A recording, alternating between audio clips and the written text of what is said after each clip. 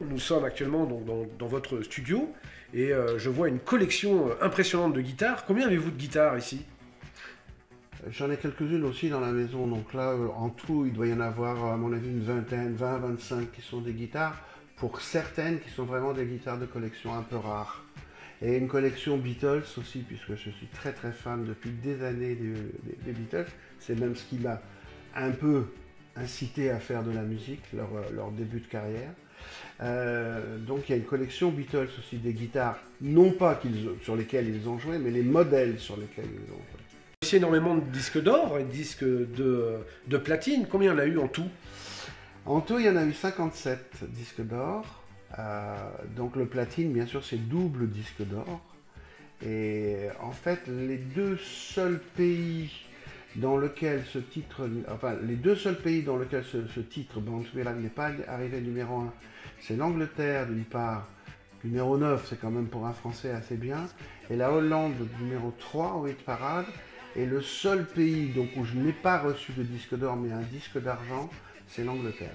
Tout le reste des autres pays, ça a été ou or, ou platine, voire diamant pour la Scandinavie. Et au niveau justement de ce succès interplanétaire, il y a eu une version un peu acoustique dernièrement qu'on a vue sur les réseaux.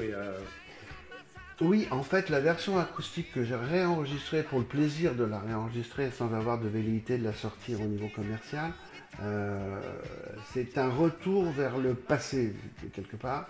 C'est-à-dire que cette chanson, je l'ai écrite en 73 d'une manière acoustique. Et a priori, elle n'était pas destinée à devenir un hymne dance à la base. Donc c'était une version plus folky.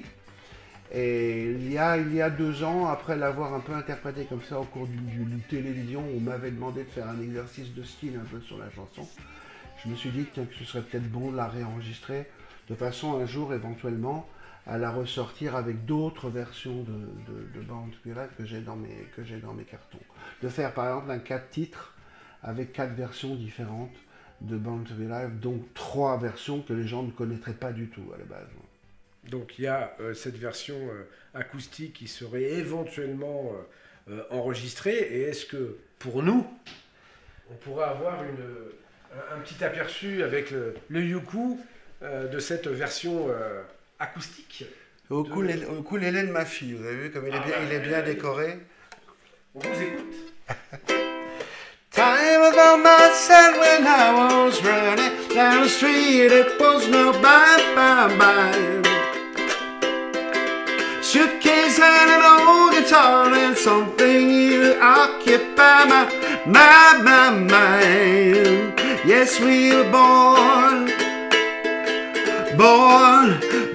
to be alive. Yes, we were born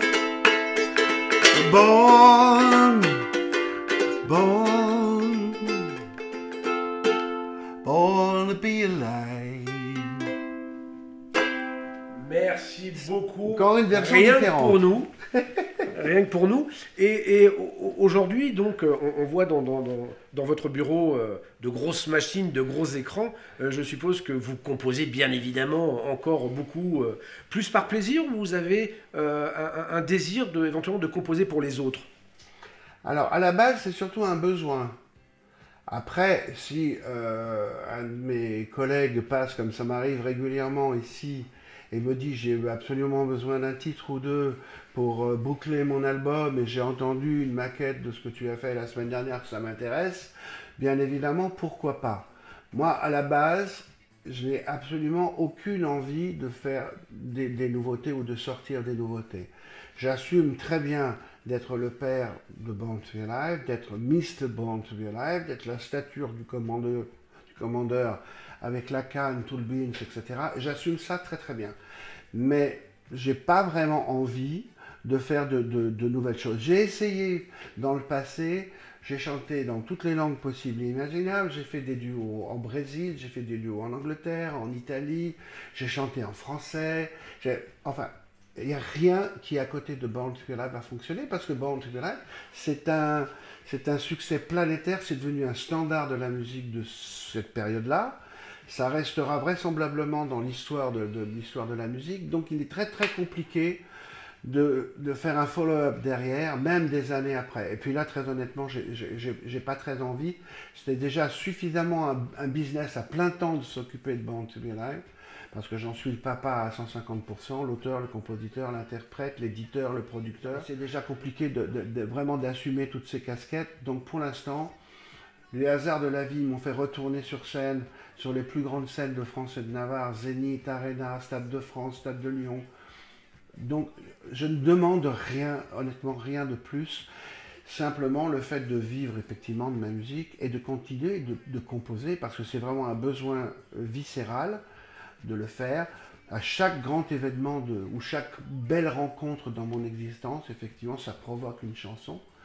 Et puis il y aura de quoi, effectivement, sortir un album posthume, un de ces quatre. Il y a largement de quoi dans mes tiroirs de sortir même un triple album posthume, éventuellement. Et si on devait se poser la question, mais quel genre de musique aime Patrick Hernandez? Est-ce que ce serait du jazz, du classique, du grégorien, du... Je vais pas être très original, parce qu'on est beaucoup dans ce cas-là. Et là, ce que vous venez de citer, eh bien, j'aime tout ça, effectivement, le grégorien. J'écoute beaucoup de classiques à la maison, beaucoup. Parce qu'on vit quand même à raison de 100 ou 120 concerts très bruyants toute l'année. Donc de temps en temps, j'ai envie de me reposer un tout petit peu les oreilles.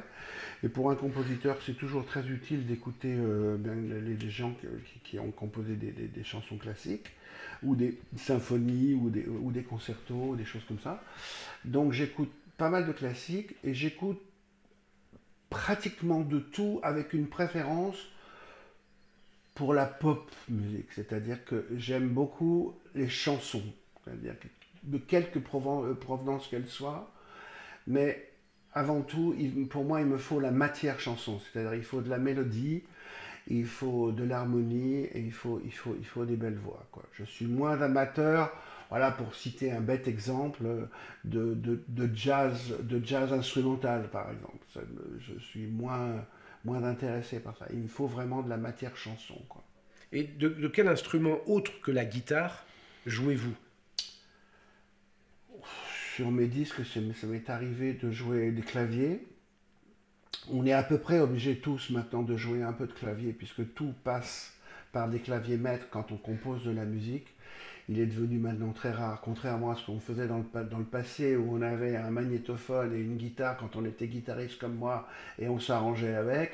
Maintenant, il y a des claviers avec lesquels on peut faire, des claviers maîtres avec lesquels on peut faire à peu près tout ce qu'on veut. Donc on est obligé un peu de tâter du clavier. J'en ai joué sur scène aussi à une certaine époque, du clavier, sur quelques chansons où je m'accompagnais. J'ai joué de la basse aussi, et puis bien évidemment du ukulélé, de la guitare. Ukulélé, c'est pratique parce que on peut le transporter à peu près n'importe où, et on peut faire à peu près la même chose que l'on fait sur une guitare, avec un son différent, mais on peut faire à peu près les mêmes chansons. Et pour un guitariste, ça n'est pas très compliqué d'apprendre à jouer du ukulélé, en fait. Donc voilà pourquoi je me trimballe avec ça. C'est les Beatles, notamment George Harrison et Paul McCartney, qui ont initié cette mode. Donc maintenant, pratiquement tout le monde se balade avec un ukulélé dans les avions. Regarde, dans un avion, ça tient pas de place, quoi. Alors qu'une guitare, c'est toujours très ennuyeux. Ça prend effectivement parce qu'on ne veut pas la mettre en soute, ouais. Parce que c'est compliqué de se balader avec, quoi. Et parlons encore musique, Patrick Hernandez, Star 80, c'est 3 fois le Stade de France. Le dernier étant au mois de mai dernier. Le 18 mai, où nous avons fait notre 3e Stade de France. Il y avait beaucoup de monde.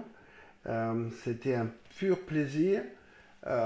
C'est un pur plaisir dans le sens où c'est quelque chose d'un peu exceptionnel, le Stade de France.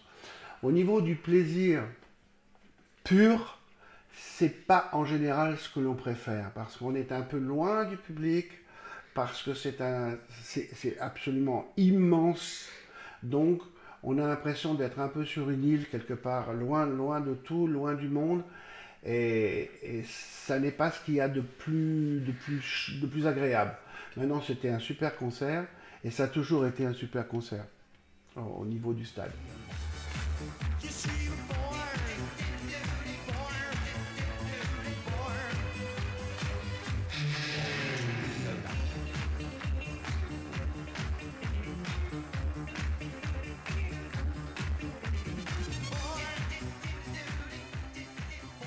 si aujourd'hui on pouvait se projeter dans le temps, est-ce que tu arriverais ou est-ce que tu pourrais donner un conseil au jeune Patrick Hernandez qui va composer ce fameux tube?